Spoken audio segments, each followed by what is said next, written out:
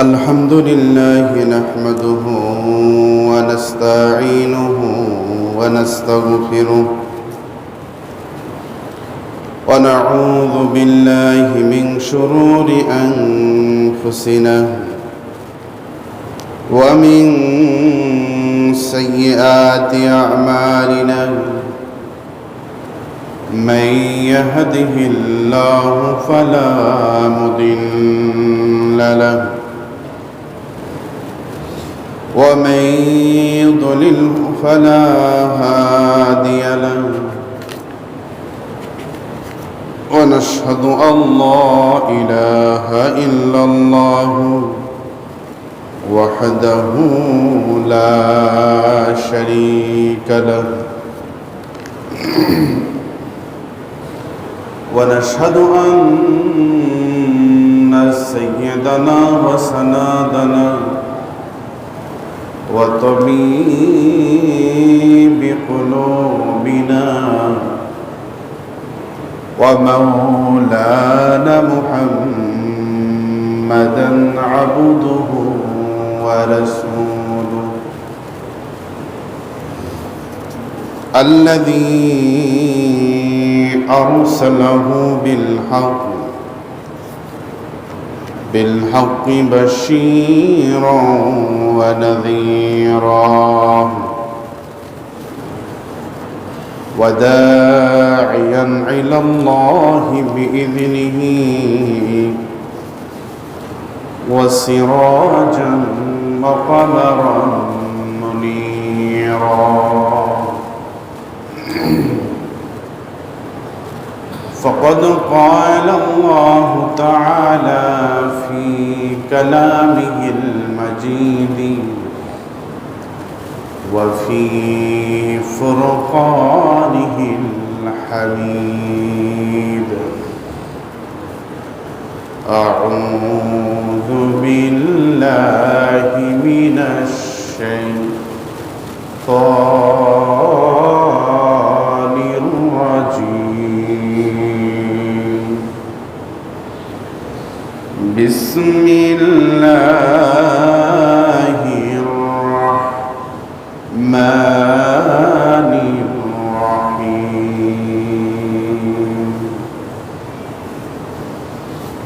قد أفلح المؤمنون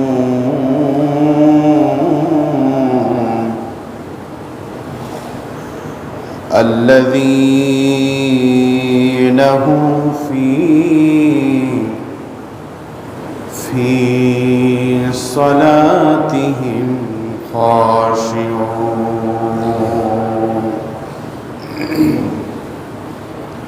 صدق الله العلي العظيم وصدق رسوله النبي الحبيب الكريم وألقى ما قال عليه الصلاة والسلام أول ما تفقدون من دينكم الخشوع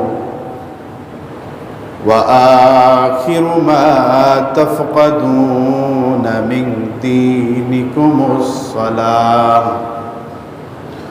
ولا تنقضن عرى الإسلام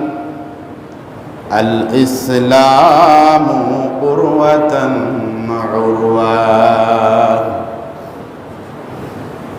وفي شان حبيبه مخبرا وآمرا إن الله وملائكته يصلون على النبي يا أيها الذين آمنوا صلوا عليه وسلموا تسليما اللهم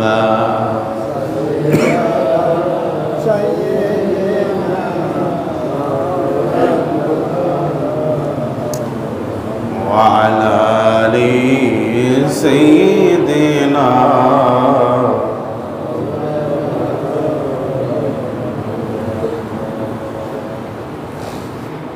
কুরআনে তো নবীজির শান মুনাফিক দেখে না ঈমানদার দেওয়ানা যেতে চায় মদিনা কুরআনে তো নবীজির শান ईमानदार देवाना ईमानदार देवाना सक कमारा सिराज मुनीरा कुरानी घोषणा सक कमारा सिराजम मुनीरा कुरानी घोषणा आकाशेर चाँद डाक देय नबीजी जमीने आसो ना आकाशेर चाँद डाक देय नबीजी जमीने आसो ना नबीर डाके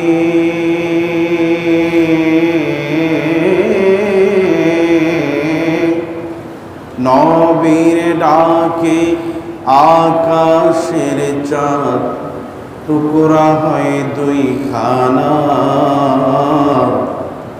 ईमानदार देवाना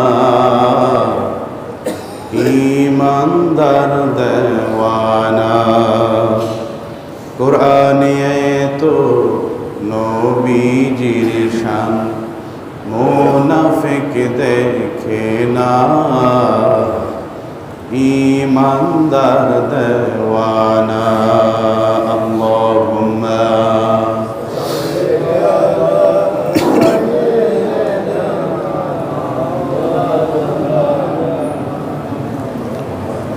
وعلى آل سيدنا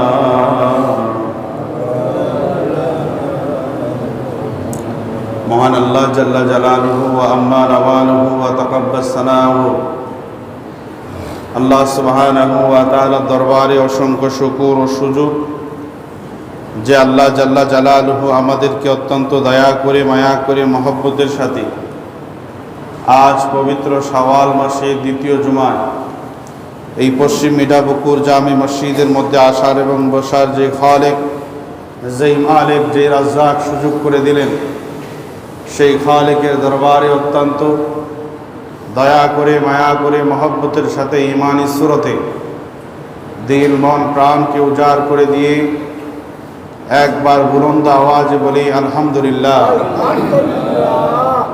পাশাপাশি লাখ কোটি তার চেয়ে অনেক বেশি দরুদ ও সালামের হাদিয়া নজরানাটুকু পেশ করি বিশ্বসভার সভাপতি সমস্ত নবী রাসূলের মাথার মুকুট আফতাবে নবুওয়া শাহীন শাহ রিসালাত সুলতান মদিনা হুজুর আকরাম রউফুল মুকাররম সাইয়্যিদনা শফিয়না হাবিবনা কুদওয়াতিনা রাহাতিল আশিকিন মুরাদিল মুস্তাকিন শামসিল আরিফিন সিরাজুস সালিকিন মিসবাহুল মুকাররাবিন মুহিব্বিল ফুকারা'i ওয়াল গুরাবা'i ওয়াল মাসাকিন সাইয়্যিদুস সাকালাইন নবিয়ুল হারামাইন ইমামুল কিবলাতাইন ওয়াসিলাতিনা ফিদ দারাইন সাহিবে কাব কাউসাইন আও আদনা মদিনার দুলাল মদিনা রওনাক সবুজ পাক গম্বুজরা নবীজির পাক চরণে দরুদ ও সালামের হাদিয়া নজরানাটুকু পেশ করে সকলের সমস্যারে একবার বলি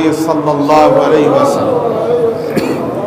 আল্লাহ জাল্লা জালালুহুর কালামুল্লাহ শরীফের সূরাতুল মুমিনুনের প্রথম এবং দ্বিতীয় নম্বর আয়াতে কারিমা আপনাদের সামনে পেশ করেছি এবং আল্লাহর হাবিব সাল্লাল্লাহু আলাইহি ওয়াসাল্লামের নুরানি ইরফানি জবান মোবারক থেকে মুস্তাদরাক আলা সহিহাইন থেকে একখানা হাদিসুন নববী আপনাদের সামনে পেশ করেছি। জাল্লা জালালুহু আম্মা নাওয়ালুহু চাহে তো আয়াত কারিমা এবং হাদিসুন নববী অনুযায়ী আমাদেরকে আমল করার তৌফিক দান করুন।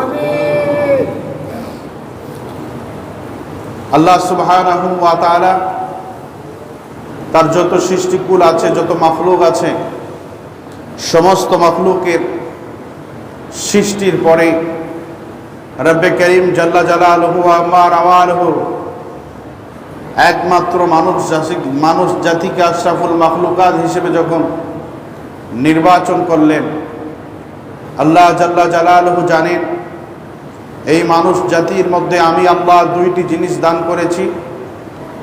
একটি হচ্ছে মাথার জ্ঞান, আরেকটি হচ্ছে সিনার জ্ঞান। সুবহানাল্লাহ।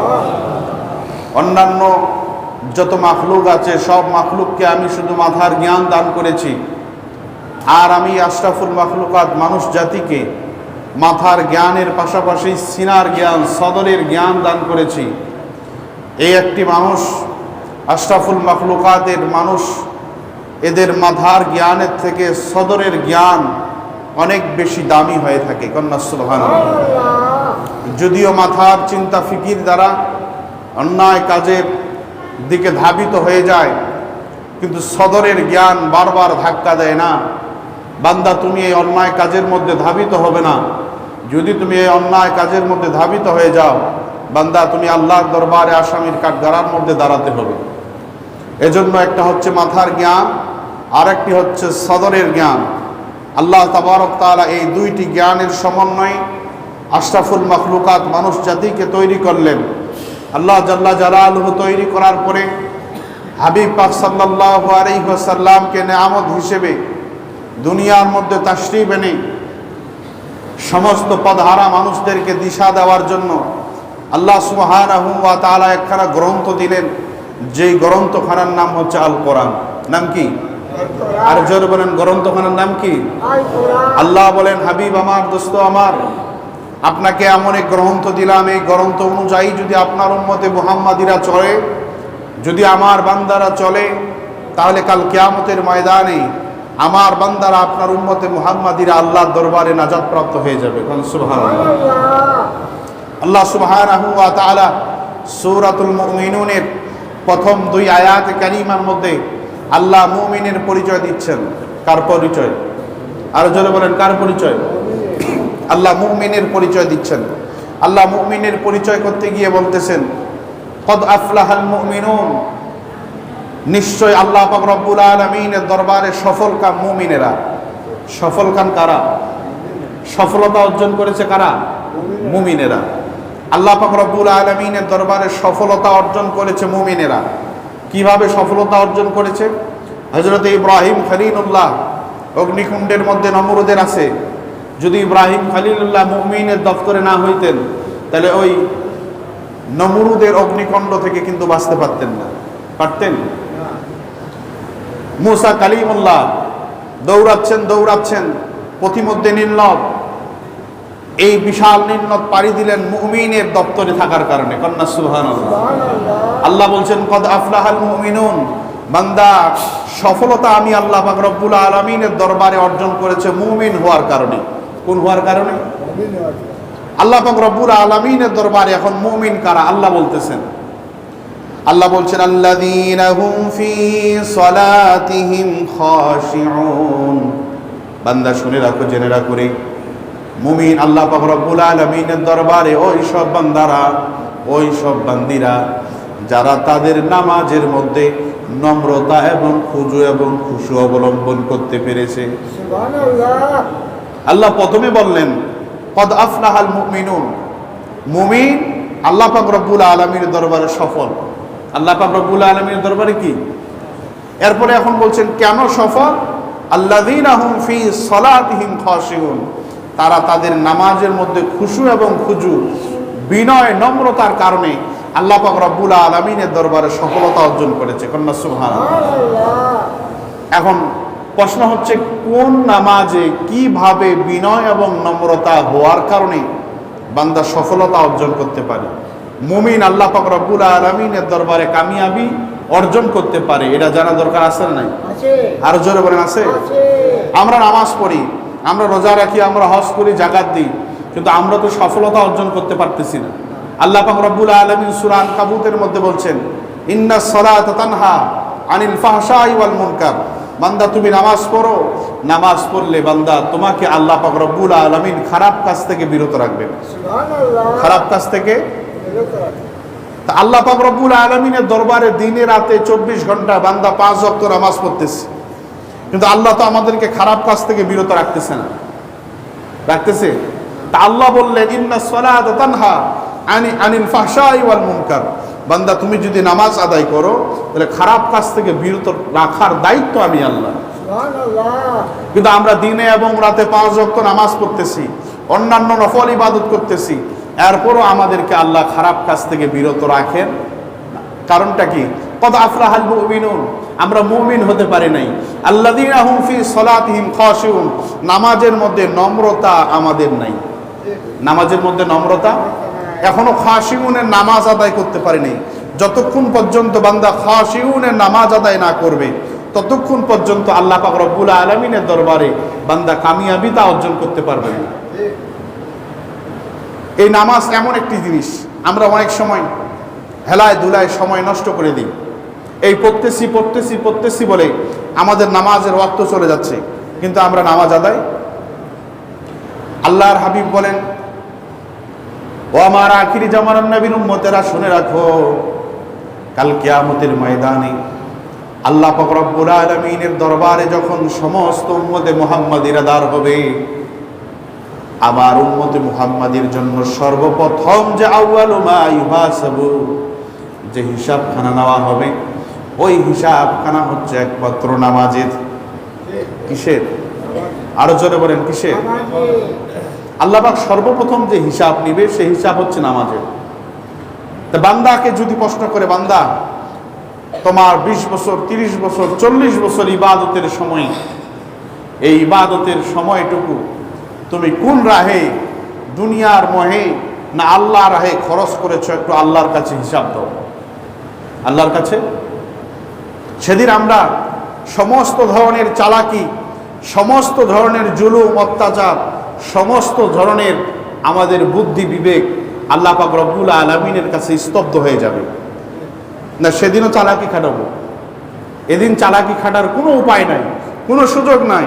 আল্লাহ পাক রব্বুল আলামিন বলেন যে আমি আল্লাহ যদি ধরি, আমি আল্লাহর ধরা বড় খুব সদীদ, খুব কঠিন। আমি আল্লাহ ধরলে কোনো বান্দা আর ছুটাতে পারবে না, কোনো ব্যক্তি আর ছুটাতে পারবে না, কোনো দুনিয়ার এমপি মন্ত্রী ম্যাজিস্ট্রেট ওই বান্দাকে আর ছুটাতে পারবে না। এজন্য আল্লাহ বলেন, কদ আফলাহাল মুমিনুন, সফল কাম হয়েছে আল্লাহ পাক রব্বুল আলামিনের দরবারে যারা মুমিন হয়েছে। আরো জোরে বলেন কি হয়েছে? আল্লাযীনা হুম ফি সালাতিহিম খাশিউন। আর মুমিনেরা এজন্য আল্লাহ পাক রব্বুল আলামিনের দরবারে সফলতা অর্জন করেছে, তারা তাদের নামাজের মধ্যে নম্রতা অর্জন করেছে, বিনয় অর্জন করেছে।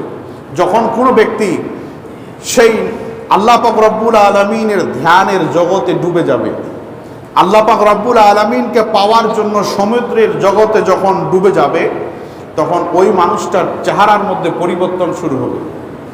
চেহারার মধ্যে কি হবে?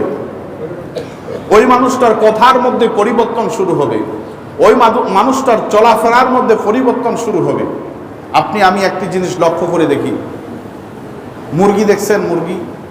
মুরগি আছে না সকলের ঘরে?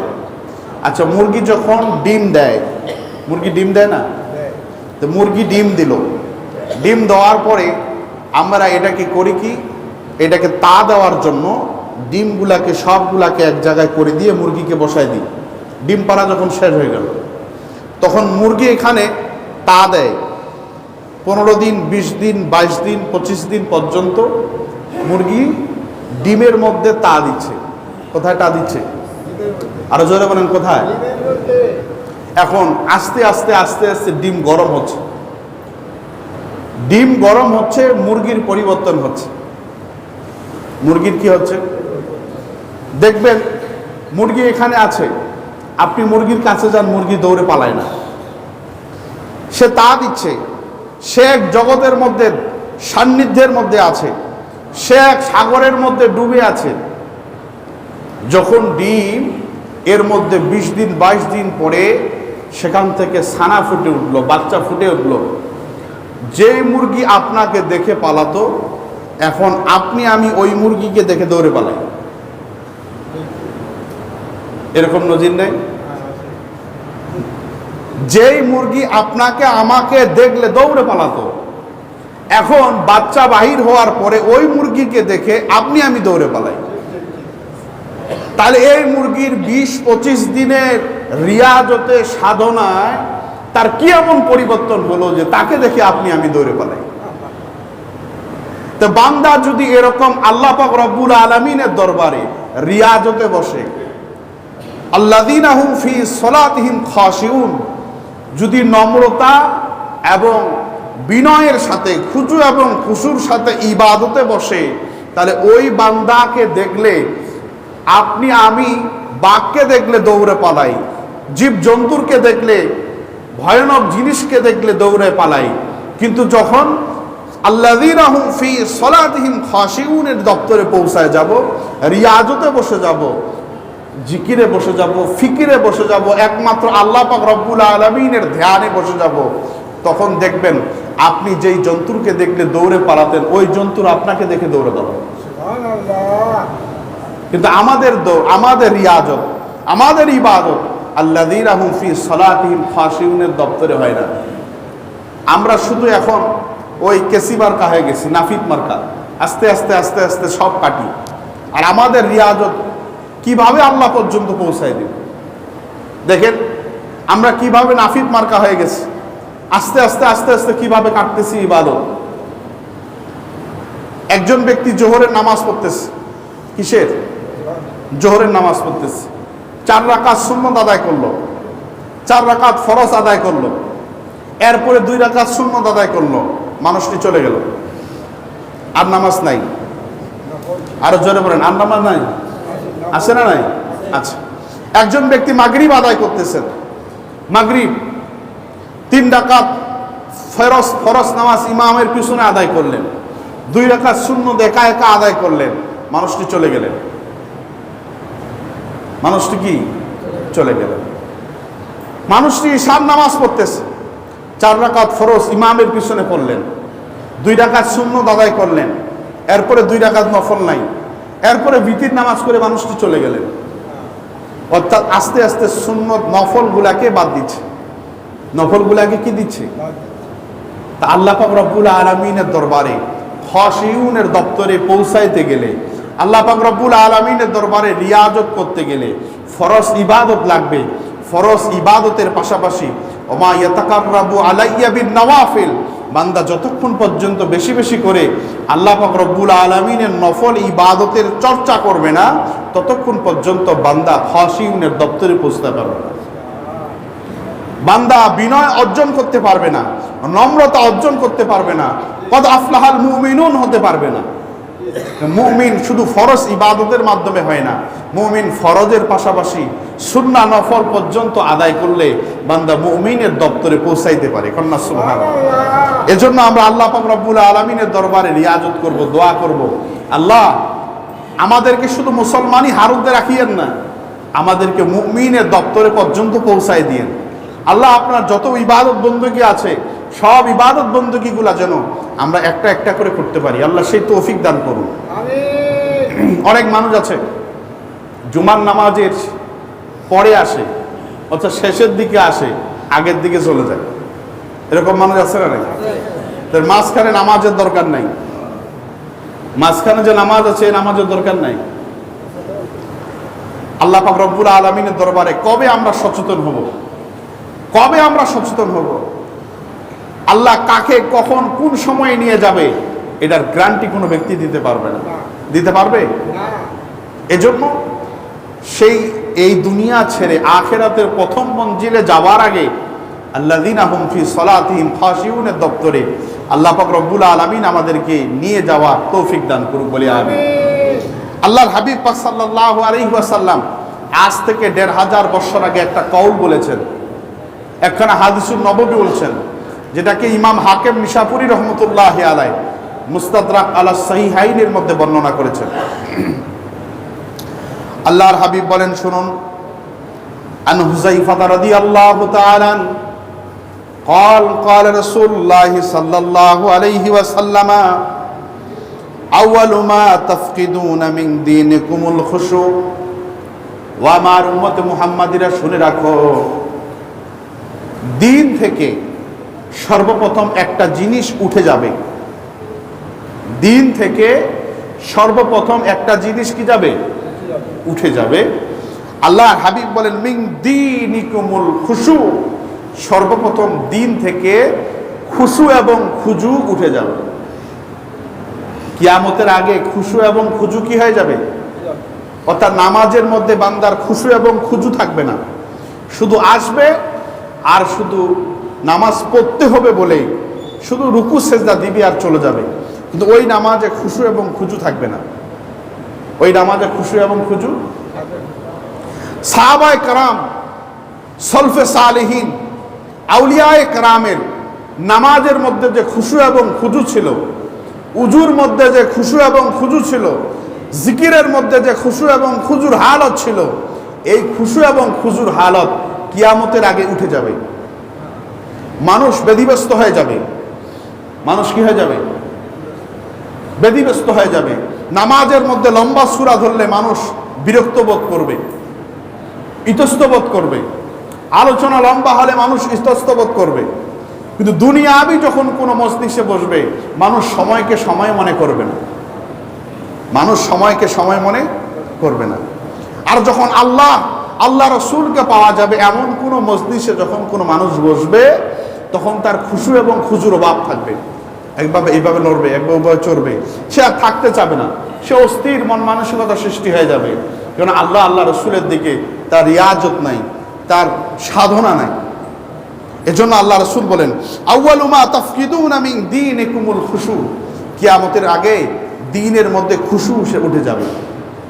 কি উঠে যাবে? ধৈর্য উঠে যাবে। আল্লাহর হাবিব বলেন, ওয়া আখিরু মা তাফকিদুনা মিন দীনিকুমুস সালাত, আর দেখবা কিয়ামতের আগে আরেকটা জিনিস উঠে যাবে, সেটা নামাজ। কি উঠে যাবে? আরো জোরে বলেন, কি উঠে যাবে? নামাজ। কেমনে উঠবে? একবারে উঠবে না।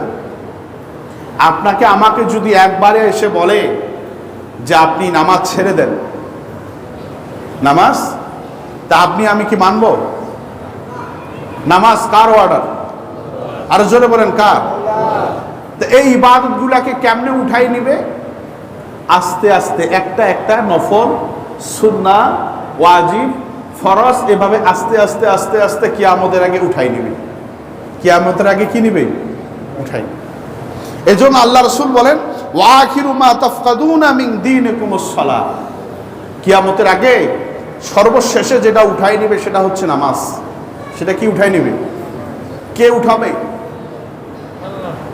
হিন্দু, বৌদ্ধ, বিধর্মী এসে উঠাবে না। হিন্দু, বৌদ্ধ, বিধর্মী, কাফের, মুশরিক এসে নামাজ উঠাবে না। আপনার আমার মতো টুপি, পাগড়ি, জুব্বাওয়ালা সুরতে এসে নামাজকে উঠাই দিবে। নামাজকে, আরো জোরে বলেন না, নামাজকে উঠাই দিবে। আপনারা একটা জিনিস সকলে জানেন, হাতি যখন ধরে কি লাগে? হাতি ধরতে হাতি লাগে। হাতি ধরতে, আচ্ছা, পাখি ধরতে কি লাগে? পাখি লাগে। তো ইমানদার ধরতে গেলে ইমানদারি সুরত লাগে, না হলে ইমানদার ধরা যায় না। আপনাকে আমাকে যদি এখন এসে বলে আপনি রোজা দিয়েন না একটা মাস, 15টা দিন দিলে হয়ে যাবে, তাহলে এটা যদি একজন ডাইরেক্ট কাফের মুশরিক এসে দেয়, তাহলে এটা আমরা মানব না। আর যখন একটা টুপি পাগড়িওয়ালা সুরত নিয়ে, খুব আল্লাহওয়ালা বুজুর্গ নিয়ে যখন সমাজের মধ্যে আসবে, তা আপনি এটা না করলেও কোনো সমস্যা নাই। বাস আমরা মনে করতেছি এর মতো আর বড় আল্লাহওয়ালা বুজুর্গ ব্যক্তি আর দুনিয়ায় নাই। আসমানের নিচে আর জমিনের উপরে এরকম আল্লাহওয়ালা আর বুজুর্গ নেই। বাস একটা একটা করে জিনিস আস্তে আস্তে আস্তে আস্তে আমাদের কাছ থেকে ছুটাই নেবে। যেমন আমাদের কাছ থেকে এখন নফল ইবাদত ছুটাই নিয়েছে। নফল ইবাদতের মধ্যে আর এখন আগের মতো স্বাদ নাই, কারণ নফল আমরা পড়ি না, নফল ইবাদতের স্বাদ পাবো কেমনে? আর যেই নফলের মাধ্যমে বান্দা আল্লাহর সান্নিধ্যতা অর্জন করে সেই নফল এখন আর সমাজে নাই। এজন্য আল্লাহ রসুল আজ থেকে ১৫০০ বছর আগে বলছেন, এইসব চোর যে কিয়ামতের আগে জন্ম হবে আল্লাহ রসুল জানেন। কন্যা সুবহানাল্লাহ। আল্লাহ রসুল কি জানেন? অনেকে বলে আল্লাহ রসুল জানে না। আল্লাহ পাক রব্বুল আলামিন বলছে, আর রহমান আল্লামাল কোরআন, আমি আমার হাবিবকে কোরআন শিক্ষা দিয়েছি। কোরআনের মধ্যে যা যা আছে এটা কিয়ামতে হবে, কিয়ামতের আগ পর্যন্ত হবে, এরকম ঘটনা কোরআনে নাই। আরো জোরে বলেন না, কোরআনে নাই। এজন্য আল্লাহ রাসূল পাক সাল্লাল্লাহু আলাইহি ওয়াসাল্লামকে আল্লাহ পাক রব্বুল আলামিন শিক্ষা দিচ্ছেন, আল্লামাল কোরআন, কোরআনে যা যা আছে আমার হাবিবকে তা তা আমি শিক্ষা দিয়ে দিয়েছি। সুবহানাল্লাহ। এজন্য আল্লাহর হাবিব বলেছেন, ওয়া আখিরু ফিজ জামান, আখিরি জামানার মধ্যে কিছু কাজ্জাব বাহির হবে। এই কাজ্জাবেরা টিকি নিয়ে আসবে না, ধুতি নিয়ে আসবে না, এই কাজ্জাবেরা আসবে টুপি নিয়ে, এই কাজ্জাবেরা আসবে দাড়ি নিয়ে, এই কাজ্জাবেরা আসবে পাগড়ি নিয়ে, লম্বা জুব্বা নিয়ে। মানুষ দেখলে মনে করবে যে এটা বড় আল্লাহওয়ালা ব্যক্তি, কিন্তু আসলে কিছুই না। আসলে কি? কিছুই না। আল্লাহর হাবিব বলেন, ওয়া আখিরু মা তাফকাদুনা মিন দীনিকুমুস সালাহ, কিয়ামতের ময়দানে সংগঠিত হওয়ার আগে এমন কিছু মানুষ বাইর হয়ে যাবে যেই মানুষগুলো আস্তে আস্তে নামাজকে উঠাই দিবে। নামাজকে, এদের কি মতলব ভালো না খারাপ? আরো জোরে বলেন, মতলব ভালো না খারাপ?